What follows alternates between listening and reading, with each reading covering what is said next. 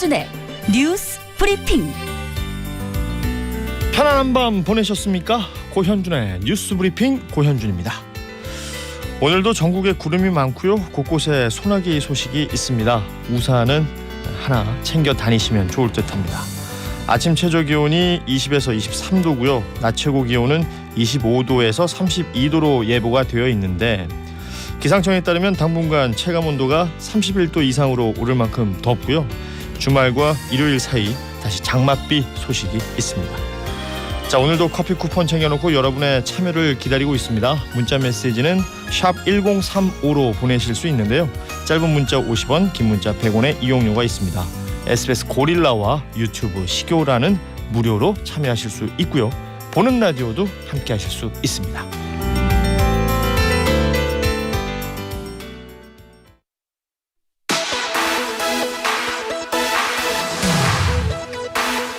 조간신문 주요 헤드라인 살펴봅니다. 정부가 내년 세제 개편안을 발표했습니다. 소득세, 법인세, 종부세를 모두 내리는 방향인데요. 15년 만에 소득세 과표 구간이 조정되고요. 법인세 최고세율을 낮추고 종부세 증가세율을 없애기로 했습니다. 다만 야당에서 대기업과 부자들 세금 깎아주기라는 비판이 나오고 있어서 국회 통과에 진통이 예상됩니다. 동아일보 소득세, 법인세, 종부세 다 내린다. 연봉 7,800만 원, 소득세 54만 원 내린다. 한겨레는 대기업 집부자 세금 6조나 깎아준다. 권성동 국민의힘 당대표 직무대행 겸 원내대표가 어제 국회 교섭단체 대표 연설을 했습니다. 연금, 노동, 교육개혁을 제시하며 윤석열 정부의 정책을 강조했는데요. 그러면서 지난 5년간 문재인 정부가 경제에 발목을 잡았다며 민생 고통의 주범이라고 전 정부를 강도 높게 비판했습니다. 조선일보는 권성동 연금, 노동, 교육 개혁하자라는 제목 달았고요. 경향신문은 문재인 16번 언급, 부동산 방역 북송, 전방위 전 정권 때리기라는 제목을 달았습니다. 그동안 검찰이나 공수처 등 수사기관에서 개인의 통신정보를 무작위로 조회한 사실로 인해 논란들이 있었는데요. 수사기관이 당사자에게 알리지 않고 통신자료를 조회하는 것은 헌법에 어긋난다는 헌법재판소의 판단이 나왔습니다. 그러면서 사후 통지 의무를 신설하도록 했는데요. 수사 관행에 상당한 변화가 예상됩니다. 중앙일보 수사기관 깜깜이 통신조회 제동 걸렸다. 자, 7월 22일 금요일 아침 고현준의 뉴스 브리핑 시작합니다.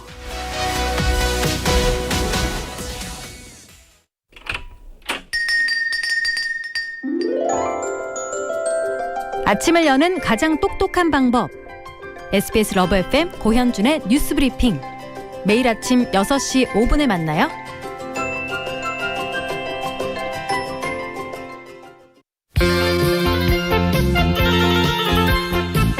화제가 된 뉴스 만나봅니다. 핫토픽. 한국인사이트 연구소 전민기 팀장 나오셨습니다. 어서 오십시오. 네, 반갑습니다. 전민기입니다. 자, 오늘 토픽 살펴보기 전에 아침 인사해 주시는 분들 만나야 되는데 지금 저희 고뉴부의 유튜브 계정에 약간의 문제가 생긴 것 같아요. 스트리밍이 지금 안 되는 걸로 보이고 댓글들도 방송이 안 나온다 라고 얘기를 해주시는 분들이 있는데 저희가 좀 체크를 해보겠습니다. 조금만 기다려주시고요. 문자 메시지 그리고 또 SBS 고릴라는 정상적으로 도착하고 있으니까 좀 몇 개를 소개해드리죠. 이지연님의 아침 인사입니다. 오늘 건강검진이 있어서 5시부터 일어나서 준비하며 고뉴부 듣고 있습니다. 출근을 하든 검진을 하든 이 아침이 되면 고뉴부 항상 기다려집니다. 이제 루틴이 됐다는 거죠. 습관이죠. 그렇습니다. 저희가 항상 바라던 고뉴부는 습관이다. 네. 고맙습니다. 그리고 6446 아침 인사는 우리 전민기 팀장님 소개를 해주시죠. 굿모닝 고뉴부. 남편이 석 달간의 미국 출장을 마치고 돌아왔어요. 3달 동안 출근길에 혼자 듣던 고뉴부 오늘은 같이 듣고 있습니다. 라고 보내주셨네요. 석 달 동안 떨어져 계셨던 건데 얼마나 더 좋을까요? 남편과 함께 고뉴부 함께하고 계시는 우리 6446님 그리고 앞서 소개됐던 이지연님 두 분께 커피 쿠폰 보내드리고요. 오늘 금요일 아침에 핫토픽 살펴보겠습니다. 첫 번째 토픽은요? 네, 그 레고랜드 이야기인데요. 춘천 레고랜드에서 놀이기구가 멈춰서는 일이 좀 잇따르고 있습니다. 어제 오후 12시 35분쯤에 그 레고타워 전망대가 25m 지점에 멈춰서 이용객이 갇히는 사고가 발생했어요. 이 43m 높이의 레고타워인데 원형 기둥 안에 이용객들이 타고 오르락내리락 하는 기구입니다. 이 기구 멈춰서면서 이용객 17명하고 직원 2명 등 19명이 갇혔고요. 약 2시간여 후인 오후 3시 8분쯤에 이제 구조가 완료가 됐는데 아무래도 거기 안에 계셨던 분은 굉장히 불안했겠죠. 그렇죠. 지금 레고랜드 놀이기구 사고 처음이 아닙니다. 지난 4월 시범 개장부터 롤러코스터 멈춤 사고가 4차례나 발생했는데 레고랜드 측은 멈춤 사고가 원래 좀 종종 있는 일이다 이런 좀 반응이에요. 아이고. 예. 그래서 이 시스템 오류로 사고가 발생한 걸 보고 정확한 사고 원인은 조사 중이라고 밝혔는데 어쨌든 지금 초반에 계속 이런 멈춤 사고 나는 거 이게 5월에 문 열었을 때 뭐 엄청난 인파 몰린다 예. 그런 뭐 뉴스를 전해드린 바가 있었는데 멈춤 사고가 잦은 일이다라는 반응 이해 안 되는데요. 그렇죠. 예. 무엇보다 안전이 우선돼야 되지 않겠습니까? 네. 이 일단 업체 뭐 측의 이런 태도는 좀 이해하기 힘들군요. 지금까지 안전 그러니까 사고 같이 누가 다치거나 그런 일은 아직까지는 다행히도 없었는데 이 철저히 좀 조사해야 될 것 같습니다. 안전에 있어서 뭐 아이 괜찮겠지 뭐 이런 생각 네. 이런 것들은 언제나 그 사고로 이어질 수 있다는 거 맞습니다. 꼭 기억하고 있어야겠습니다. 자 다음 토픽 여름 휴가철 관련된 이야기예요. 네, 그 한국교통연구원이 지난달 21일부터 이달 9일까지 학예 휴가 통행 실태 관한 설문조사를 해봤더니 올 여름 휴가철은 7월 23일부터 8월 5일까지 가장 많은 휴가객이 몰릴 것으로 지금 전망되고 있습니다. 그러면서 대체로 8월 말까지 그 이후에는 고르게 좀 분산될 것으로 보이고요. 고속도로는 수도권에서 출발할 경우 이달 30일, 수도권으로 돌아올 때는 31일이 가장 혼잡할 것으로 전망됩니다. 네. 다음 주죠. 예.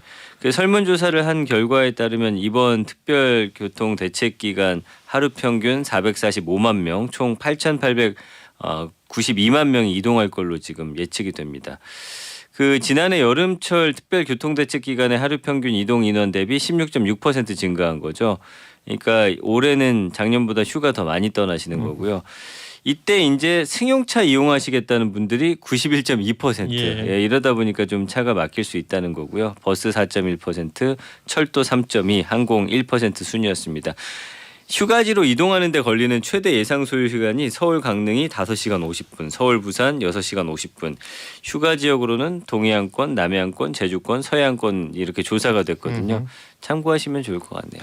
이게 그동안 뭐 코로나 때문에 휴가를 취소하거나 네. 휴가라고 하더라도 뭐 일부러 뭐 피서를 떠나거나 그러지는 또 않으셨던 분들이 그렇죠. 많은데 최근에 네. 많이 나오시죠. 네. 그런데 아시는 것처럼 코로나19 재유행 조짐이 여러 군데에서 확인이 되고 계속해서 확진자도 늘고 있습니다. 그러다 보니까 또 승용차로 이동하겠다라는 네. 분들도 많이 계신 것 같고요. 특히 다음 주 주말이 좀 많이 막힐 것으로 예상되니까 예, 요거 좀 감안하시면 좋겠네요. 휴가철 전통적으로 뭐 7말 8초 많이 네. 막힌다는 사실 알고 계실 테니까 참고하시면 좋겠고요. 요즘 뭐 택시를 길거리에서 손 흔들어서 잡는 경우보다는 거의 없죠. 스마트폰으로 호출해서 타는 경우들이 많은데 특히나 그 대형 택시들 있죠. 네. 대형 택시들 같은 경우에 취소 수수료 관련해서 민원들이 많더군요. 예, 지금 최근 이제 택시 호출 관련해서 소비자 상담센터에 접수된 이 택시 플랫폼 소비자 불만 봤더니 34.4%가 부당 요금 부과 더라고요. 그리고 17%는 취소 수수료 과다 이렇게 집계됐습니다. 소비자원이 조사를 해봤더니 카카오티, 타다, IM, 반반택시 등 4개 플랫폼이 취소 수수료를 부과하고 있더라고요. 다만 이제 카카오티하고 반반택시는 호출료가 없는 일반 택시에는 수수료를 물리지 않았습니다. 네. 그래서 6월 기준으로 배차 완료 후에 취소 수수료가 플랫폼별로 1,000원에서 5,000원, 미탑승 수수료는 2,000원에서 5,500원 정도 되더라고요. 네. 근데 이제 취소 수수료를 부과하는 4개 업체 중에서 호출 화면에서 수수료 정보를 바로 안내하는 곳은 반반택시뿐이었습니다. 나머지는 사실은 잘 모를 수도 있다는 거예요. 안 보이기 네. 때문에. 그래서 즉시 호출이 아니라 예약 호출은 수수료가 훨씬 비쌌는데 카카오티의 경우는 이제 카카오 벤티나 블랙 차량 예약 호출할 경우 출발 시간 1시간 미만이면 운임의 100%를 최대 3만 원까지, 출발 시간 5분 이후까지 연락이 안 되면 운임 100%를 최대 5만 원까지 수수료를 받고 있어서 뭐 당연히 안 타시면 취소하는 게 맞는데 이 수수료 너무 많은 거 아니냐 이런 불만의 목소리가 나오고 있네요. 그 일정 부분 노쇼에 관련해서 예약을 해놓고 나타나지 않는 경우들도 있기 때문에 관련해서 뭐 수수료 이해가 되는 부분은 있습니다만 그렇습니다. 이 고객들한테 제대로 알리지 않는다라는 부분은 이건 좀 문제가 되는 것 같아요. 예. 아무튼 이 택시 호출 이용하실 때 이런 부분들도 좀 알고 계셔야 될 것으로 보이고요. 민원이 이렇게 많다는 건 좀 개선해야 될 부분들도 분명히 있다는 것이 될 겁니다. 자, 다음 토픽은 미국 조 바이든 대통령 코로나 확진됐더군요. 그렇습니다. 조 바이든 미국 대통령이 코로나 양성 판정 받았습니다. 그 현지 시간으로 21일 보도 자료를 냈고요. 이날 오전 바이든 대통령이 코로나19에 확진됐고 증상은 매우 경미하다. 이 바이든 대통령 백악관에서 격리하면서 업무를 수행한다고 합니다. 지금 바이든 대통령 2차례 코로나19 백신 접종하고 부스터샷 접종 다 마쳤거든요. 코로나 지금 처음 걸린 거예요. 예. 최근에 미국에서는 코로나19 오미크론 하위 변이 BA5가 빠르게 확산이 되면서 정계에서 감염자가 굉장히 많더라고요. 그 미국 정부는 최근 미 전역의 확진자 증가세가 지금 굉장히 뚜렷하게 보이고 하루 확진자 10만 명 넘나들고 있는 상황이어서 지금 뭐 유럽도 많고요. 우리나라도 차츰 이제 증가세를 보이고 있어서 네.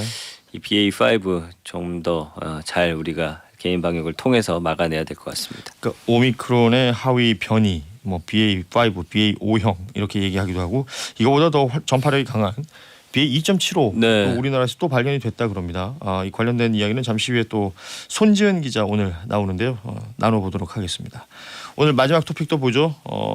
지구촌 곳곳이 지금 폭염, 아무튼 이상 기후로 난리네요. 지금 유럽에서 폭염 소식 전해드렸었거든요. 예. 뭐 파리 40도 뭐 이렇게. 근데 미국 중남부도 마찬가지예요. 미국 중남부 지역에서 연일 40도 넘는 폭염에 전력 수요 급증하면서 대규모 정전 사태도 또 벌어지고 있고요. 일부 지역은 기온이 50도 넘게 올랐는데 1913년에 캘리포니아주에서 측정됐던 역대 최고 기온 56도에 육박하는 수치입니다. 이야. 예, 텍사스주 오스틴시는 40일 연속 37도 넘기면서 새 기록 세웠고요. 지금 절반이 넘는 28개 주에서 폭염특보가 발령됐고 미국 인구의 4분의 1 정도가 40도 넘나드는 폭염에 지금 노출이 된 겁니다. 바이든 미국 대통령 비상 상황으로 지금 현재 상황 규정하고 폭염과 기후변화 대응 위해서 3조 원을 투자하겠다 예고를 했고요. 근데 이제 미국의 폭염이 이번 주말 절정에 이를 것으로 지금 예보가 되고 있어서 상황이 더 악화되면 국가 비상사태 선포한다고 하니까 굉장히 좀 심각해 보이네요. 이게 뭐 홍수나 지진, 산불 이런 것들을 재난이라고 예. 하잖아요. 이 재난의 범위에 폭염이 들어갔다는 사실을 이제 많은 분들이 알고 계실 텐데 지구촌 곳곳에 이런 이상 기후들, 지구가 점점 뜨거워 있는 이런 상황들 이게 그렇죠. 뭐 우리의 건강과 안전을 위해서도 이제 챙겨야 되는 시그널이 된 거예요. 이러다 진짜 대한민국도 40도 넘는다 막 이런 기사 나올까 봐 걱정이 되네요. 그렇습니다. 예.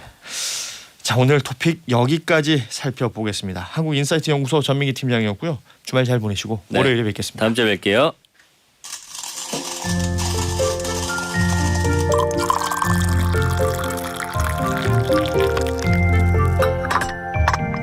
여러분과 함께 아침을 시작합니다.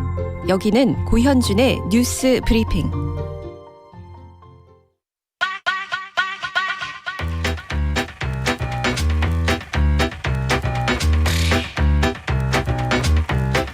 자, 경제 이야기 한번 나눠보죠. 경제 브리핑 알고란 TV 고란 기자와 함께합니다. 어서 오십시오. 네, 안녕하세요. 오늘도 이 코너 마지막 부분에는 그 퀴즈가 준비돼 있죠. 코너 잘 들으시면 정답을 맞히기가 훨씬 쉬워집니다. 잘 들어주시고 첫 번째 이야기. 어제 정부에서 세제 개편안을 발표했습니다. 뭐 법인세 얘기도 있고 종부세 얘기도 있고 또 개인들에게는 소득세 이야기도 있는데 일단 이 종합부동산세, 종부세 관련돼서 이야기 좀 나눠보죠. 어쩌자는 거죠? 그러니까 어쩌자는 거냐? 네, 다주택자들, 주택이 여러 채인 사람들에 있어서도 이 종부세가 조금 깎이는. 조금이 아니고 아, 그래요? 많이 깎입니다. 이게 워낙에 감이 없어요. 이런 네. 부분들에 대해서는. 제가 예. 다주택자가 아니라서 그러니까요. 저도 종부세를 내본 적이 없어서 이게 얼마가 깎이는지 모르겠는데 아무튼 이게 계산을 해보면 뭐 그냥 농담으로 지금 다주택자들은 축제 분위기다 뭐 이런 그 얘기를 정도예요? 하거든요. 엄청 많이 깎입니다. 음흠. 근데 이게 이제 의미를 말씀드리자면요. 어쨌든 그냥 정부 측에서 이제 부여하는 의미입니다. 네. 이 종부세 깎아주는 거 아니고 사실 과거 이제 문재인 정부에서 종부세를 어떤 식으로 올렸냐라고 보면 시장 가격을 잡는 수단으로 동원했다. 그러니까 세금을 무슨 철학에 따라서 걷는 게 아니라 야 부동산 값 좀 잡아보자. 그리고 그때 당시에 부동산 가격의 상승 주범이 누구냐? 다주택자지. 네. 그래서 다주택자에 대한 세금을 많이 때렸던 걸 정상화한다. 라는 취지라고 설명합니다. 이 정부의 설명이 그렇다는 거고요. 네네네. 예.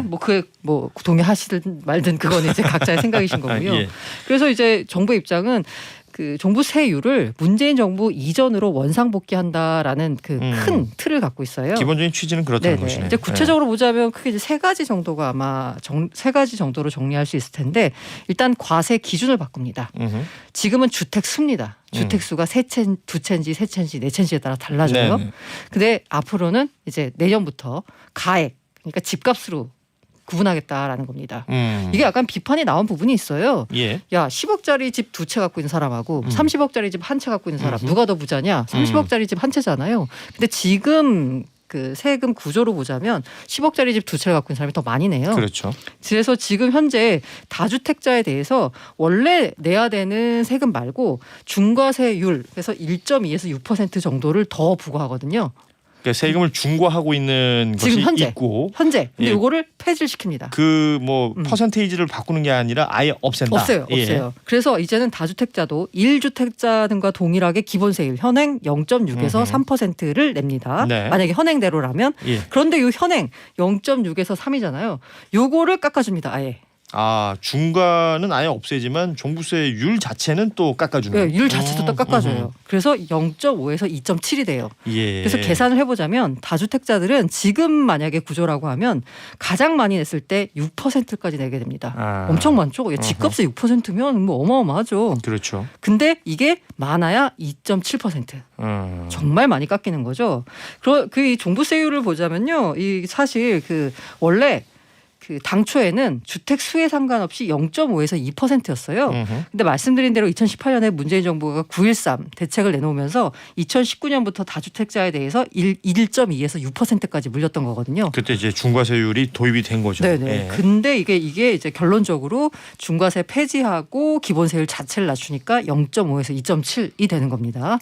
그냥 말하자면 뭐 다주택자들 중에 이제 뭐 몇십억씩 그 집을 가지고 있는 사람들은 이런 식으로 따지면 중과되는 부분도 없어지는 거고 종부세율 자체가 맞아요. 낮아지니까 세금이 진짜 어마어마하게 깎이겠군요. 여기서 또 예. 하나가 더 있습니다. 또 있어요. 네. 기본 공제 금액 이걸 6억 원에서 9억으로 높여줍니다. 이걸 이제 그 세금을 계산할 때요, 그냥 집값에다 곱하는 게 아니고 이 과세 표준이라는 걸 계산을 합니다. 예. 근데 이 과세 표준을 할 때요, 야, 요 정도는 원래 기본적으로 갖고 있으니까 우리가 없는 셈 쳐줄게라고 하는 게 있거든요.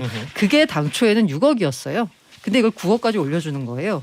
그러니까 공제 금액이 올라가면 세액 부담이 줄어드는 겁니다. 네. 특례 대상 1세대 1주택자는 공제 금액이 11억에서 12억까지 올라가는 거거든요. 그래서 이걸 또 그럼 왜 해주냐라고 보면 취지가 뭐냐. 이 종부세라고 하는 건 사실 대충 한 인구의 뭐 1% 안쪽으로 해가지고 좀 집값이 비싸다 싶은 사람들이 내는 세금으로 우리가 좀 알고 있잖아요. 그렇게 인지하고 있죠. 근데 이 집값이 너무 오른 거죠. 그러다 보니까 기존의 공제를 대상을 이제 적용을 하게 되면 종부세라고 하기에는 너무 많은 사람들이 내고 있습니다. 지금. 예. 이게 보니까 그 지난해 주택에 대해서 종부세를 냈던 사람이 93만 1000명이거든요. 근데 이 93만 명, 거의 100만 명에 가까운 사람들이 2017년에는 30만 명대 수준이었어요. 그러니까 3배가 늘었다는 네, 거예요. 맞습니다. 네. 그러다 보니까 뭐 비싼 집의 기준 자체가 올라갔으니까 우리가 기본 공제 금액 자체도 올려주겠다라는 겁니다. 자, 종부세 얘기해봤고 소득세도 좀 알아볼게요. 그 소득세는 이제 이른바 그 유리지갑 월급쟁이들이 해당 사항이 있는 내용 아니겠어요? 예. 그리고 뭐 소득이 있는 누구라도 다 해당 사항이 있는 내용인데 여기도 이제 결과적으로 세금을 덜 내게 되는 사람들이 늘어나는 것이죠. 덜 냅니다. 예. 덜 냈는데 이게 이제 막판에 들어갔다라고 해요. 이게 야 그러면 그 직장인 유리지갑들은 그냥 세금 더 내라는 거냐라고 하니까 이제 막판에 들어갔다는 얘기가 나오던데 네. 지금은 이제 제가 세금을 부과할 수 있는 기준이 되는 걸 이제 과세 표준 구간 해서 이제 과표 구간이라는 표현을 쓰는데 소득세법은 8단계가 있습니다. 그래서 적게는 6%, 많게는 45%를 내요. 이거 이제 돈을 얼마나 버느냐에 따라서 그 구간별로 네네. 세금 내는 비율이 다르다는 거죠. 그래서 이제 그 가장 지금 현재로서는 6% 세금, 그러니까 가장 적게 내는 분들은 그 과표 구간이 1,200만 원 이하이면 6%, 그 다음 구간이 이제 4,600만 원 이하이면 15%예요. 근데 요거를 이 그 세율 자체는 그대로입니다. 6%, 15%인데 1,400만 원 이하면 6%, 1,400에서 5천만 원이면 15% 이렇게 됩니다. 이게 그러니까 뭐 지금 종부세 얘기도 있고 이제 법인세 얘기도 하겠습니다만 부자들만 세금 깎아주는 건 아니냐라는 비판이 나오니까 말씀하신 것처럼 마지막에 쓱 집어넣었다라는 얘기가 지금 시중에 돌고 있는데. 근데 이거는 정말 저는 공감하는 게 뭐냐면 이 과표 구간 아까 제가 말씀드린 구간이요. 이게 정해진 게 2007년이에요. 그렇죠. 15년째 그대로거든요. 그럼 우리가 이제 우리 소득을 보자면 대충 뭐 임금 상승을 많이 해주는 회사도 있지만 대충 그냥 물가에 연동해서 그렇죠. 올려주는 거에 예. 약간 평균이잖아요. 예. 그 정도 올려줘야지 내 실질 임금이 깎이지 않는 거니까. 그런데 이게 이제 세금을 낼 때는 보면 그 내가 받은 연봉에서 공제를 다 뺍니다. 그래서 이 과세 표준에다가 이제 세율을 곱해가지고 세금을 내는 건데 네. 이 과세 내 임금은 그러니까 내 월급은 물가를 반영해서 꾸준히 오르고 있는데 이 과세 표준은 그대로예요. 그 다시 말하면 실질적으로 내가 세금을 더 많이 내고 있다라는 그렇죠. 거예요. 퍼센테이지가 정해져 있다는 네, 맞아요, 거. 맞아요. 그러다 보니까 이거를 이제 과표 구간을 좀 조정을 해가지고 요거 물가에 따라서 세금을 더 내놨던 부분을 실질적으로 냈던 부분을 좀 약간 보전해주겠다라는 거거든요. 세금 부담을 조금은 낮춰주겠다. 근데 여기서 딱 하나 약간 좀 유념하셔야 될 게 뭐냐면 제가 아까 과표 구간 5천만 원이라고 했잖아요. 이 5천만 원이니까 나 연봉 5천만 원. 그건 아니죠. 그거 아니에요. 네. 이게 제가 과표 구간이라는 게 받은 연봉에서 이거저거 다 뺀 거. 공제할 거 다 공제하고. 맞아요. 예. 대충 계산해 보면 과표 5천만 원이다라고 보면 내가 연봉을 한 7,800쯤 받는 사람이라고 생각하시면 됩니다. 그렇죠. 내가 실제 받는 실수령액하고 이 과표 구간은 다르다는 거 좀 확인하시면 좋을 것 같고. 자, 법인세 이게 참 말 많아요. 법인세도 깎아줍니다. 네.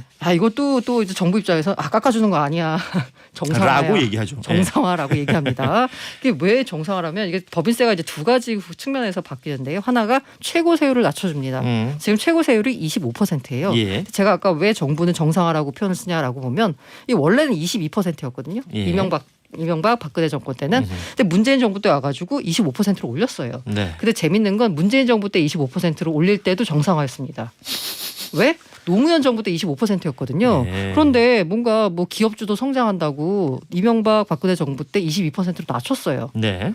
근데 이게 별로 효과를 못 봤다라는 게 문재인 정부의 판단이었고 다시 올렸습니다. 25%로. 그런데 이번 윤석열 정부는 25% 올렸던 거 우리가 다시 원래대로 바꿔놓겠다라고 해서 22%로 낮췄습니다. 그리고 이 이제 그 세후세율을 낮추는 방법이 뭐냐면 과표 구간이 지금은 4단계예요. 근데 요거를 최고세율 구간을 싹 없애가지고 3단계로 줄였습니다. 네. 그래서 지금 현재 그 3단계라고 하는 건 제가 중소 중견기업에 해당하는 거고요. 대기업 같은 경우에는 그냥 2개로 나뉩니다. 200억 원, 과표 구간이 200억 원 이하면 20%, 네. 200억 초과면 22% 이렇게 단순화했습니다. 법인세 왜 내리냐라고 보면 글로벌 스탠다드다라는 거거든요. 그 기획재정부에 따르면 우리나라 법인세 최고 세율이 아까 제가 지금 내리기 전인 지금 25%라고 했잖아요. 예. OECD 평균으로 보자면 21.2%예요. 그러니까 여기 비스무리한 수준으로 맞춰야 되지 않겠느냐라는 게 정부 설명입니다.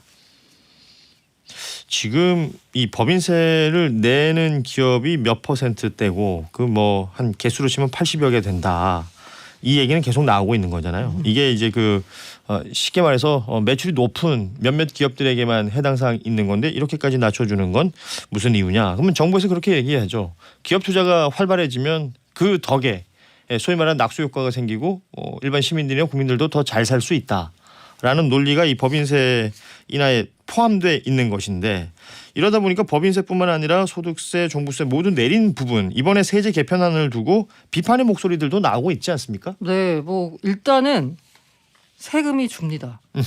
뭐 우리 입장에서야 국민들 입장에서야 세금 주니까 좋지만 정부 네. 입장에서는 돈 쓸 곳이 참 많거든요. 그럼요. 특히나 많아요.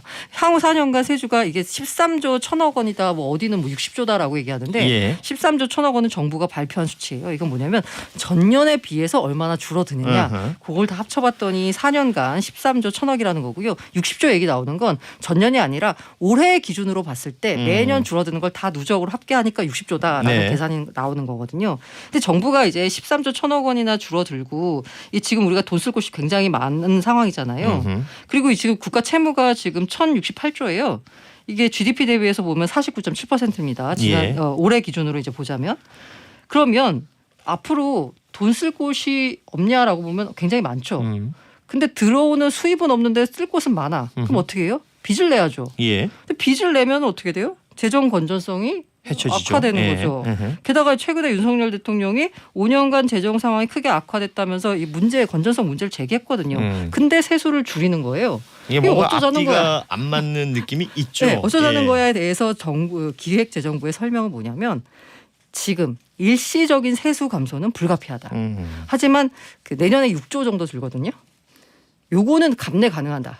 우리가 참을 수 있어.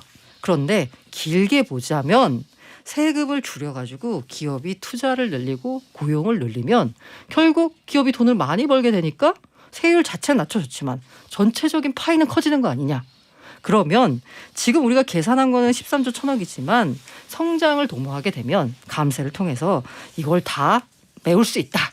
오히려 더 좋은 성장 아니냐라는 게 기획재정부의 설명인데요. 이거 지금 세금 깎아주는 게 아까 말씀드린 대로 이렇게 나라살림연구소가 최근에 는 보고서를 보니까 예. 법인세 최고세율 인하로 혜택을 보는 기업이 법인세 신고기업 가운데 0.01%예요. 그렇죠. 그럼 누구냐? 대기업이거든요. 그럼 대기업이 지금 투자 안 하고 고용 안 하는 이유가 뭐야? 음흠. 돈이 없어서가 아니거든요. 그렇죠. 지금 그냥 위기 상황이니까 안 하고 있는 거예요. 시장 상황이 좋지 않으니까. 네, 맞아요. 근데 예. 세금 깎아준다고 투자 나서고 고용 늘린다? 이게 조금 의문입니다. 너무 순진한 생각 아니냐. 그랬으면 라는, 좋겠어요. 예, 네, 비판도 있는데 뭐 말씀하신 대로 이제 생각한 대로 된다면 참 좋겠습니다만 그렇지 않은 부분들에 대한 지적도 있는 것이고 이러다 보니까 이제 소위 말하는 부자 감세, 부자들만 세금 깎아준 것 아니냐라는 목소리가 또 크게 나오는 부분들이 있습니다. 이 부분까지만 또 짚어보고 오늘 마무리해야 될 것 같은데요. 이 부자 부자 감세라는 비판은 어떻게 나오는 거죠? 자, 이거 누가 혜택을 보냐라고 보면 일단 법인이 혜택을 봅니다. 이게 6조 5천억이에요. 예. 근데 이 가운데 대기업이 4조 1천억이고요. 아하. 중소 중견기업이 2조 4천억입니다. 자, 개인이 세수 감소 효과는 3조 4천억입니다. 이 가운데 서민 중산층이 2조 2천억, 고소득층이 1조 2천억이에요. 예. 여기에서 종부세로 줄어드는 게 1조 7천억이거든요. 여기서 이제 부자를 정의할 때 우리가 머릿속으로 딱 떠오르는 게 대기업 그리고 고소득층 그리고 종부세 내는 사람. 예. 요걸 다 합치면 7조 정도 나옵니다. 어허. 그런데 반면에 우리가 이제 서민 중산층 느낌으로 분류하는 게 서민 중산층 개인으로 치자면 그렇죠. 기업으로 치자면 중소 중견기업. 예. 여기가 4조 6천억이에요. 음흠. 그러니까 세금을 누가 더 많이 깎아 혜택을 보느냐. 혜택을 받나를 예. 봤더니 대기업 고소득층 종부세 내는 사람. 이 더 컸거든요. 그러니까 비교해보자면 그렇다는 겁니다. 네. 예. 그래서 지금 일각에서는 부자 감세 아니냐라는 얘기 나오고 사실 국회 의석수 구성이 민주당이 더 의석이 많기 때문에 이게 또 국회 문턱을 넘어야 되지 않습니까? 쉽지 않을 것 같아요. 예. 이런 부분들이 아무래도 국회에서는 좀 시끌시끌해지지 않을까. 지금 정부에서 세제 개편안을 발표는 했습니다만 실효성을 거둘 수 있을지 이 부분은 조금 지켜볼 필요가 있어 보입니다. 오늘 어제 있었던 세제 개편안 관련해서 쭉 한번 정리를 해봤는데 퀴즈 내드려야죠. 네네. 윤석열 정부 첫 세제 개편안이 발표됐습니다. 네. 이번에 정부가 깎아준 세금이 한 해 한 13조 원 정도 된다고 하는데요. 그렇다면 이번 개편안으로 세금이 줄어들지 않는 품목은 무엇일까요? 지금 저희가 이제 몇 가지 얘기를 했었는데 거기 해당 사항이 없는 것입니다. 1번 종부세, 2번 재산세. 오늘은 새롭게 하셨네요. 자, 보기는 두 개예요. 종합부동산세, 종부세 혹은 재산세 이 중에서 이번 세제 개편안에 세금이 깎아주는 세금이 줄어드는 부분이 아닌 것은 무엇일까요? 정답하시는 분들은 샵 1035 문자메시지 단문 50원 장문 100원이 드는 문자메시지나 SBS 고릴라를 통해서 참여해 주시면 되고요. 정답자 중에서 세 분께 저희가 커피 쿠폰 선물로 보내드리겠습니다. 고란 기자하고는 여기서 또 인사 나눠야겠네요. 이렇게 짧게 했는데도 시간이 많이 지났어요. 그러게요. 제가 TMT입니다. 자, 지금까지 알고란 TV 고란 기자였습니다. 고맙습니다. 네, 감사합니다. 어제 종일 흐린 가운데 서울 한낮 기온이 25.2도에 머물렀습니다. 잠시나마 더위가 쉬어갔는데요. 다만 오늘 다시 서울이 30도 등 전국이 30도 안팎까지 높아지겠습니다. 부산, 전주 29도, 대전 30도, 대구 32도가 되겠고요. 습도가 높아 체감 온도는 이보다 더 높기 때문에 온열 질환 주의하셔야겠습니다. 현재 구름 많은 가운데 경기도와 강원 영서, 충북과 호남, 경북 북부에 산발적으로 약하게 소나기가 내리고 있습니다. 오늘 저녁까지는 대부분 지역에 소나기가 지나겠는데요. 나오실 때 작은 우산 하나 챙겨주셔야겠습니다. 한편 주말 사이에는 전국 대부분 지역에 비 예보 들어 있습니다. 내일 저녁부터 서해안에 비가 시작해 밤에는 그 밖의 서쪽 지역으로 확대되겠고요. 이 비는 남부지방은 모레 아침까지, 중부지방은 밤까지 이어지겠습니다. 날씨 정보였습니다.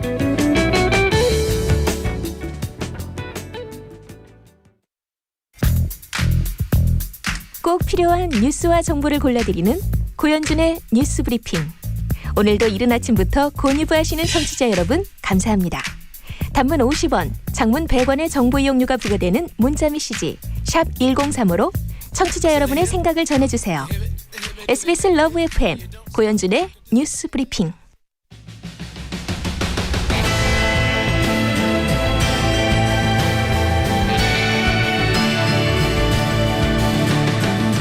서울신문 손지은 기자와 주요 뉴스들 짚어보죠. 어서 오십시오. 네, 안녕하세요. 손지은입니다.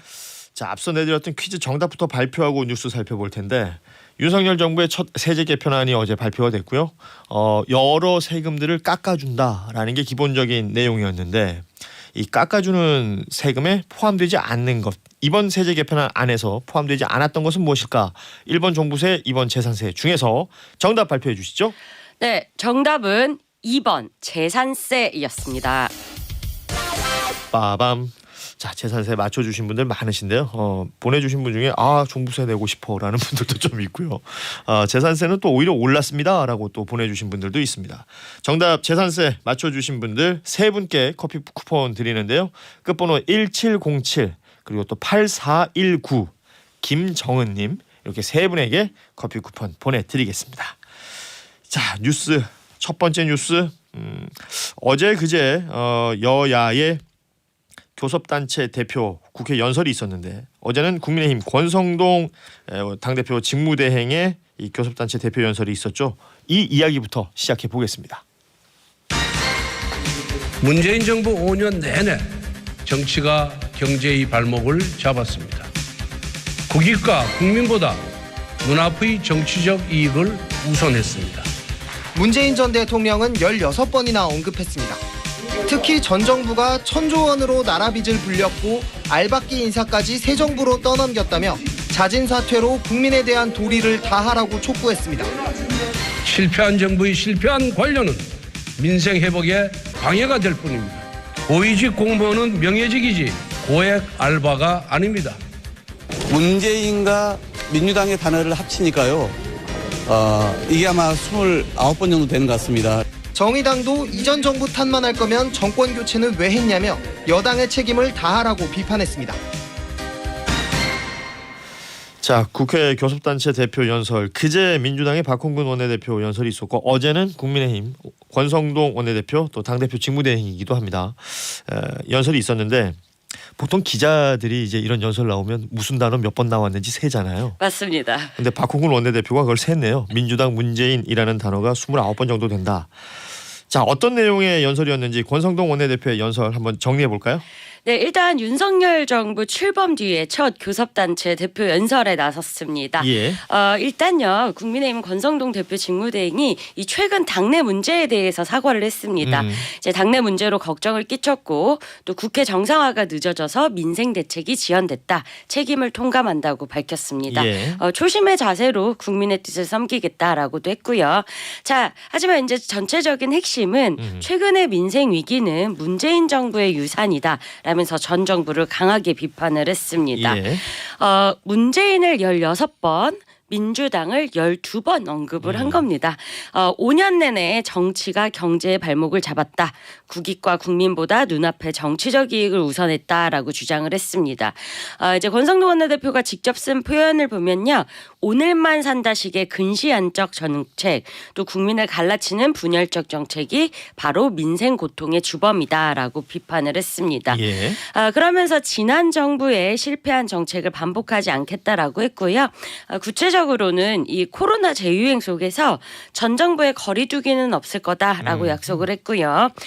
또 대우조선 하청업체 노동자들의 파업에 대해서 불법 행위를 엄단하겠다라는 경고도 있었습니다. 서해 공무원 피살 또 탈북 어민 북송 사건을 언급하면서는 대북 굴종 외교 노선을 폐기하겠다라고도 했습니다.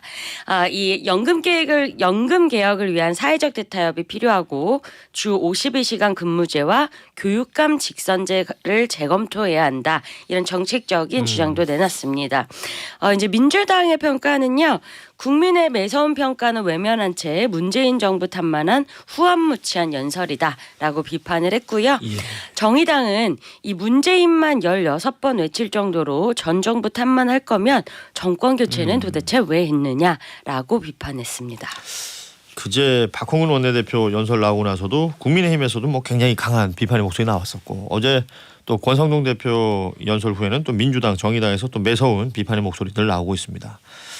국회가 항상 이렇게 날을 세우고 있는데 그러다 보니까 이제 여야 원구성 협상 소위 말하는 데드라인을 몇 차례 어겼잖아요. 어제도 데드라인 중에 하나였는데 역시 원구성은 제대로 이루어지지 않았어요. 네, 이제 이틀에 걸쳐서 실시된 교섭단체 대표 연설에서 여야가 서로 기분을 나쁘게 했죠. 이제 박홍근 민주당 원내대표는 그제 탄핵을 언급했고 네. 또 어제는 윤석열 대통령이 직접 이 야당 정치인의 발언에 대해서 대통령이 언급할 필요가 있겠느냐. 원내대표인데. 네. 그래서 이제 박홍근 원내대표는 원내대표를 일개 정치인 나부랭이로 치부한 것 아니냐 이렇게 반발하기도 했습니다. 예. 그랬더니 국민의힘은 또 민주당이 대통령 발언을 곡해하고 토시 하나까지 말꼬리를 잡으려 한다라고 비판을 했습니다. 예. 자 이제 어제도요 국회 정상화 협상 데드라인이었습니다. 지금 너무 데드라인이 여러 번 계속 돌아오고 첫 번째는 있는데 그 재헌절 17일을 기준으로 잡았었는데. 네, 그 1차 시한을 넘겼고요. 그리고 2차 시한도 여야가 지키지 않았습니다. 다만 이 상임위원장 배분을 둘러싼 양측의 이견이 좀 다소 좁혀진 것으로 전해졌고요. 예. 자 그러면 이제 과방위와 행안위를 하나씩 가지는 방안이 지금은 좀 유력한 상황입니다. 오늘 여야 원내대표가 오전 10시에 다시 만나서 막판 합의를 시도할 예정이고요. 만약에 오늘 협상이 잘 되면 바로 상임위원장을 선출할 수 있도록 일단 오후 2시 국회 본회의는 잡아뒀습니다. 네. 이제 결렬될 경우에는 김진표 국회의장이 본회의를 연기하겠다 이렇게 최후 통첩을 해둔 상황입니다. 자 오늘 국회는 또 어떤 모습을 보이게 될지 좀 지켜봐야 될 것으로 보이고요. 이 국민의힘 내부적인 얘기를 좀 해보자면 지금 국민의힘은 당대표가 징계 중이고 권성동 원내대표가 직무대행을 하고 있는데 어제 안철수 의원이 입장을 내놓은 게 있어요. 지금의 이 직무대행 체제에 힘을 실어주는 듯한 발언이었습니다. 네, 이제 국민의힘 의원총회에서 권성동 직무대행 체제를 이제 추인을 하긴 했지만 그 이후에 여러 의견들이 그렇죠. 쏟아지고 있습니다. 그런데 이제 어제는 안철수 의원이 입장을 냈는데 조기 전당대회는 안 된다라고 선을 그었습니다. 이제 당대표가 거리된 게 아닌 만큼 혼란만 부추길 뿐이다. 지금은 권성동 대행을 중심으로 뭉칠 때다라고 강조를 했습니다. 그런데 이제 이 발언을 두고 여러 가지 해석이 나오는데 이 여당 내 기반이 아직은 다 완벽하게 꾸려지지 않았기 때문에 안철수 의원 입장에서는 당대표가 되기 위해서는 더 많은 시간이 필요합니다. 그래서 조기 전당대회가 유리하지 않기 때문에 지금 이렇게 출사표를 던지는 것보다는 대행 체제에 힘을 싣는 게 유리하기 때문이다. 이런 해석이 나오고 있고요. 그리고 이제 좀 현재 가장 유력한 후보 중에 하나인 김기현 의원 같은 경우에는 연일 조기 전대론을 주장하고 있습니다. 이런 임시 방편의 체제로는 집권 여당을 끌고 갈 수 없다. 이런 주장이고요. 김기현 의원 같은 경우에는 직전 원내대표였고요. 또 이제 울산시장까지 지냈고 그렇죠. 만약에 지금 당장 전당대회를 한다면 유리하기 때문에 이제 또 조기 전당대회에 힘을 싣는 목소리를 내고 있다. 이렇게 좀 당내 관계에 따라서 의견들이 갈리고 있습니다. 정리해보자면 이제 서로 내가 유리한 방향으로라고 정리할 수도 있을 것 같아요. 자, 이번엔 민주당 얘기를 좀 해보겠습니다. 민주당도 지금 전당대회 앞두고 있고 당대표 예비 경선 최고위원들도 지금 17명인가 후보가 또 나왔더라고요. 이게 지금 예비 경선이라는 건 이제 컷오프를 의미하는 건데 이 컷오프를 앞두고 이 당대표 같은 경우에는 미리 단일화를 하자. 이런 강병원 의원의 목소리가 나왔습니다. 네, 어제 이 민주당 이제 97그룹이라고 하죠. 97그룹 당권 주자들이 이재명 대세론을 깨기 위한 이 후보 단일화 논의를 좀 해보자 이런 이야기가 나왔었습니다. 단일화에 일단 온도차가 다 있기는 한데요. 네. 다음 주에 이제 본경선 진출자가 발표되기 때문에 이게 이제 이번 주 다음 주에 최대 쟁점이 될 전망입니다. 예. 자, 일단 어제 재선 모임 주최 토론회가 있었고요. 이 SNS를 통해서 컷오프 전에 단일화 선언을 공개적으로 제안한 이 강병원 의원이 비명연대, 비이재명 연대 필요성을 거듭 호소를 했습니다. 네. 그리고 박용진 의원도요. 이재명 의원은 혁신 주체가 아닌 쇄신 대상이라고 했고요. 이 혁신과 쇄신의 방향을 내용으로 해서 스크럼을 짜야 한다. 이 스크럼이라는 게 사실 이제 단일화를 뜻하는 거죠. 예. 반면에 이 단일화 실현 가능성에 의문을 제기하는 이제 목소리도 있었습니다. 박주민 의원은 이 시기를 컷오프까지 못 박아놓고 무조건 단일화하자는 게 물리적으로 가능할지 모르겠다라고 했고요. 또 강훈식 의원은 당권 경쟁 과정에서 이재명 의원의 사법 리스크를 부각하는 게 당 전체에 마이너스가 될 수 있다. 이런 우려를 내놓기도 했습니다. 일단 이재명 의원은요. 이 단일화에 대해서 아직까지 별다른 입장 내고 있지 않고요. 그래요? 공개 행보는 자제하고 당 중앙위원을 직접 만나거나 전화로 접촉하면서 이 컷오프 표심 공략에 집중하고 있습니다. 자, 일단 단일화라는 거는 전당대회 때 항상 흥행 카드인 건 확실한데 네. 명분이 약하다거나 그냥 맹목적인 이합 집산이 되면 또 비판을 받을 수 있기 때문에 이번 주 다음 주 논의 지켜봐야 할 것 같습니다. 전체적으로 보면 뭐 어떤 비전 제시나 민주당이 이렇게 이끌어 나가겠다 이런 목소리보다는 누구는 된다, 누구는 안 된다, 우리 편 모여라, 뭐 이런 식의 어떤 이합 집산이라고 표현해 주셨는데 이런 것들만 부각될 경우에는 누구에게도 좋은 소리 듣기는 힘들 거예요. 예. 민주당 상황까지 한번 살펴봤습니다. 자, 다음 뉴스는 대우조선해양 하청 노동자들의 이 파업 관련된 소식 살펴보겠습니다. 노사양 측은 파업의 핵심 이유였던 임금 인상에 대해선 어느 정도 입장을 좁혔습니다. 노조가 당초 30% 인상에서 10%까지 요구안을 줄였고 인상 불가였던 사측도 4.5%를 제한했기 때문입니다. 하지만 파업 손실과 관련한 손해배상 소송 문제에 대해 견해차를 좁히지 못하고 있습니다. 전격적으로 임금 인상 요구를 포기하고 사측이 제시한 안을 수용했습니다. 최대한 한번 민영사상 손배소를 안 할 수 있도록 노력을 해보겠다고 구두상으로 약속한 거지 민영사상 손배소를 받아들일 수 없다 해서 이정식 고용노동부 장관이 그제와 어제 이틀 연속 거제를 찾아 이 문제를 풀기 위해 노사를 만났지만 큰 소득은 없었습니다. 어제 협상이 벌어지는 동안 대우조선해양에선 파업을 지지하는 민주노총 금속노조의 집회와 파업 철회를 요구하는 대우조선해양 직원들의 맞불 집회가 잇따라 열렸습니다. 자, 대우조선해양 협력업체 하청 노동자들의 파업.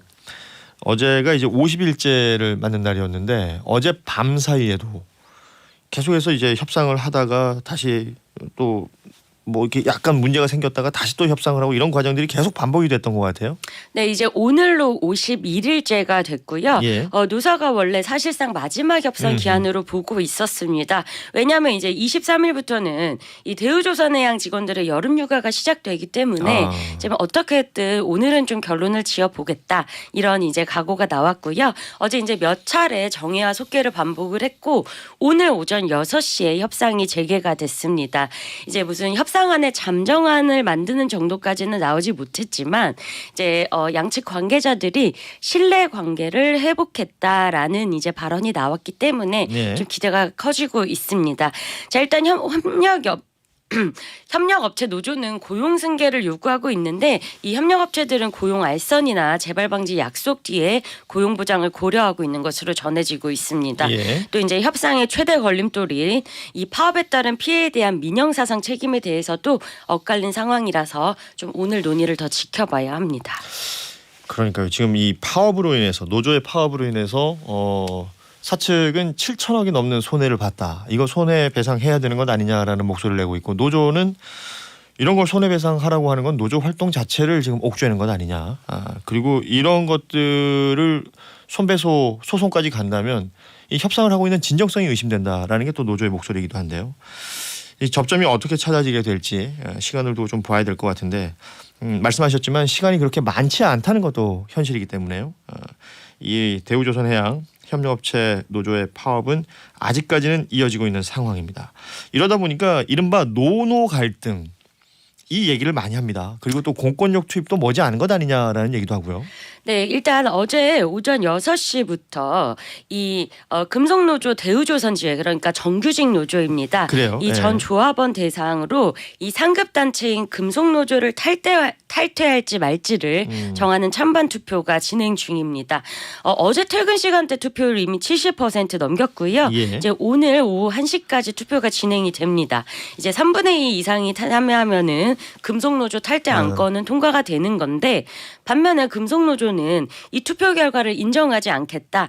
이 노노 갈등이 불가피하다 이런 전망 나오고 있고요. 이제 사측이 이런 일부 정규직 노동자를 부추겨서 금속노조 탈퇴를 선동하고 있다. 네. 이게 금속노조 측의 주장입니다. 그리고요. 이제 공권력 투입 여부를 두고 이제 전망이 좀 엇갈렸었는데요. 이 협상이 결렬되면은 이 경찰이 투입될 수 있다라는 어제 위기감이 높아졌었습니다. 어제 이미 거제도에 이 인근 지역 경찰 인력이 다 집결을 했었고요. 그렇죠. 옥포 조선소에서만 이 안에만 10개 이상의 기동대가 배치된 상황이었습니다.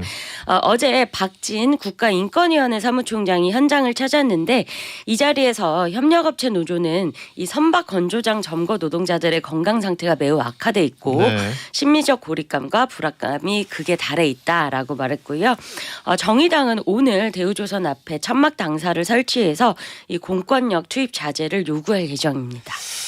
자, 오늘 이게 공권력 투입에 관련해서 이제 많은 분들이 걱정도 하고 또 신경을 쓰고 있는 상황인데 어떤 상황이 될지 경찰 인력이 지금 거제에 많이 배치되어 있는 것은 사실이라고 합니다. 자, 끝으로 코로나19 소식 좀 짧게 볼 텐데요. 계속해서 이제 더블링 현상은 이어지고 있습니다. 전주 대비 계속해서 2배 가까운 확진자들이 나오고 있는데 기존의 코로나19 치료제가 이 오미크론 하위 변이 요새 BA5형, BA2.75 이런 얘기들 하고 있는데 효과가 있다고 하죠? 네, 이 기존에 먹는 치료제인 팍스로비드 또 라게브리오, 주사제인 벨클로리즈 등 이 세 종을 가지고 방역 당국이 효능 분석을 진행을 했더니 이 BA5 등 오미크론 하위 변이 4가지의 효과가 있다고 확인을 했습니다. 예. 이 다만 새 변이 BA2.75 이제 켄타우로스 변이죠. 여기에 대해서는 현재 효능 분석 실험이 진행 중이다라고 밝혔습니다. 이 말씀하신 이 켄타우로스 BA2.75 우리나라에서 또 감염자가 발견이 됐다는 거예요. 워낙에 전파력이 강한 것으로 알려져 있기 때문에 걱정스러운 상황인데 이런 추적이라든지 추이 계속해서 좀 신경 써서 볼 필요가 있어 보입니다. 오늘 뉴스 여기까지 전해드리죠. 서울신문 정치부 손지은 기자였습니다. 고맙습니다. 감사합니다.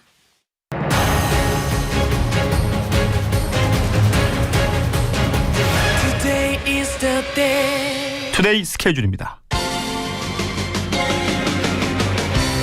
어제 통일부의 업무 보고가 연기된 바가 있었는데요. 오늘 국방부와 통일부가 윤 대통령에게 새 정부 업무 보고를 합니다. 최근 이슈가 된 탈북 어민 북송 사건이라든지 이런 내용들이 다뤄질지 관심이 쏠립니다. 그리고 민주노총 공공운수노조 화물연대 본부가 화이트진로 이천 공장 앞 도로에서 파업을 예고했습니다. 이천 공장의 소주 제품 출고를 중단하기로 결정이 됐다고 하는데 주주도매상이 직접 공장을 찾아가도 출고가 어려울 것으로 보입니다. 자, 주말을 앞두고 있는 금요일 오늘 하루 건강하고 활기차게 보내시고요. 주말도 잘 보내시기 바랍니다. 저희는 돌아오는 월요일 아침 6시 5분에 다시 인사드리겠습니다. 고맙습니다.